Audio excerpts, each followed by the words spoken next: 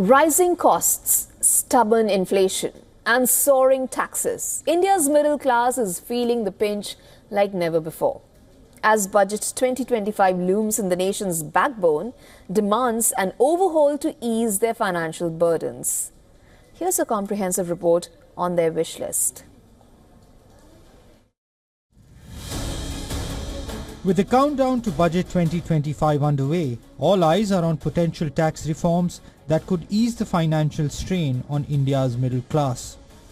Often hailed as the backbone of the economy, this segment has borne the brunt of rising costs and limited income growth, all while shouldering increasing tax burdens.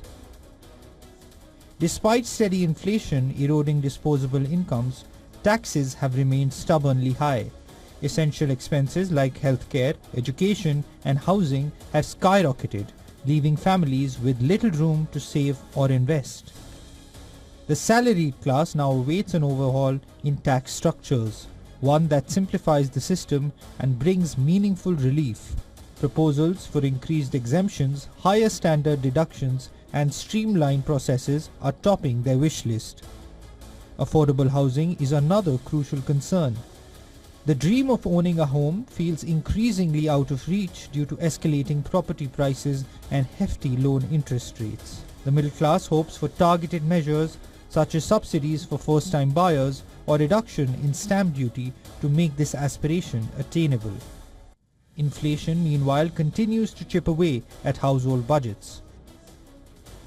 Stabilizing fuel and utility prices alongside subsidies on essential commodities could significantly ease monthly financial pressures.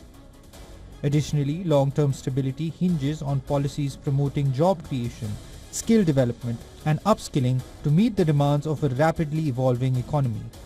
Retirement planning and healthcare provisions are also high on the agenda.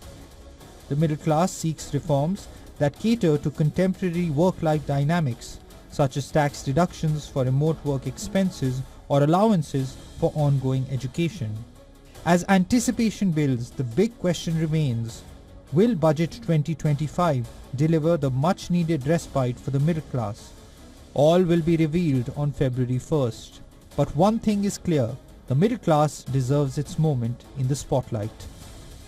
Business Bureau, WION World is One.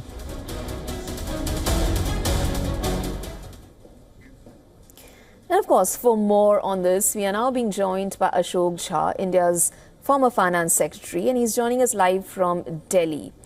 Mr. Jha, firstly, give us a macro view. What is your overall outlook for Budget 2025? What are the big changes that we can expect?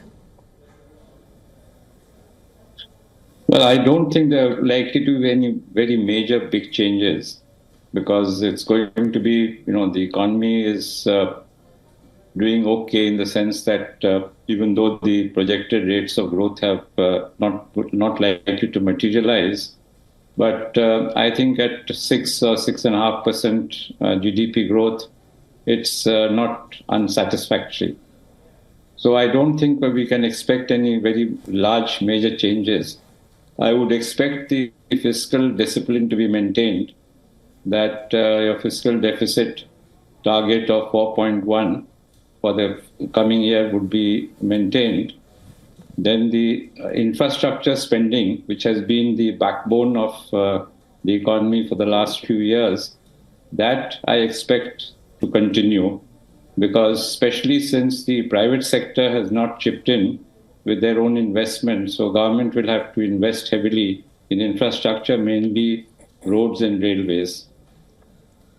There will be, I think, greater focus on looking at the unemployment issue, which is a very major problem at the moment, because apart from the fact that there is a huge amount of disguised unemployment, even the labor participation rates in the country, both men and women, are much, much less than the neighboring countries, let alone some of the more advanced countries.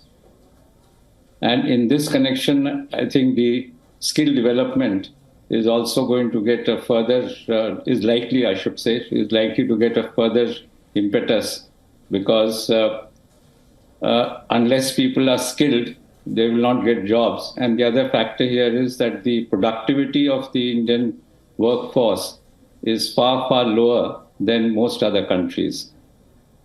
The manufacturing is another area where I expect there will be further, policy policy prescriptions, because even though we have been talking about manufacturing getting about 25% of the GDP, in actual fact, in the last few years, the percentage of manufacturing to GDP has come down from 17% to about 14%. So I guess manufacturing, which actually is likely to be a great employer also, will get further incentives. I think this PLI has not really so far shown much results except in one or two sectors. So maybe the PLI scheme will also get revamped.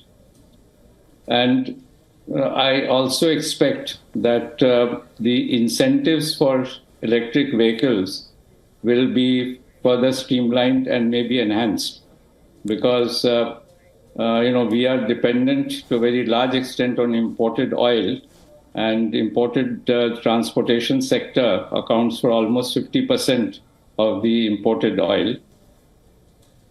The other aspects that I believe will take center stage in the budget will be the import duties. The import duties in the last few years have been progressively increased. This is not of great advantage to us if we want to become a part of the global value chains. So I expect that the government will reduce the import duties on a wide range of goods that they have put in place. And finally, I expect that the government will look at our tax policies in a more holistic manner and make sure that we do not keep on altering the taxation structure, both direct as well as indirect taxes, from time to time. Mr. Ashok Jha, thank you so much for that comprehensive overview of what we can expect from the budget this year. You say no big changes to be expected, but these are the tenets to be looked out for. Thanks so much for joining us on the broadcast.